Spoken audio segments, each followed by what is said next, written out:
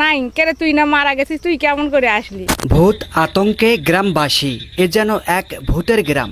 গ্রামের আঁকাবাঁকা মেঠো পথ বেয়ে গাইবান্ধার ধাপরহাট মহাসড়ক থেকে পূর্ব দিকে কিছু দূর গেলেই চোখে পড়বে পীরের হাট, যেখানে কালের সাক্ষী হিসাবে দাঁড়িয়ে আছে শতবর্ষী বিশাল আকারের কিছু বট বৃক্ষ। কথিত আছে এখানে আগে জিন পরীদের আড্ডা স্থল ছিল।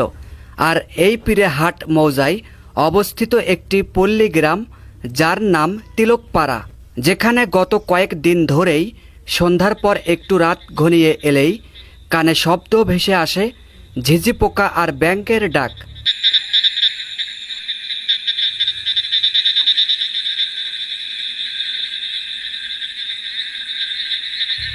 ওই গ্রামে বসবাস করে আব্দুস সোবাহ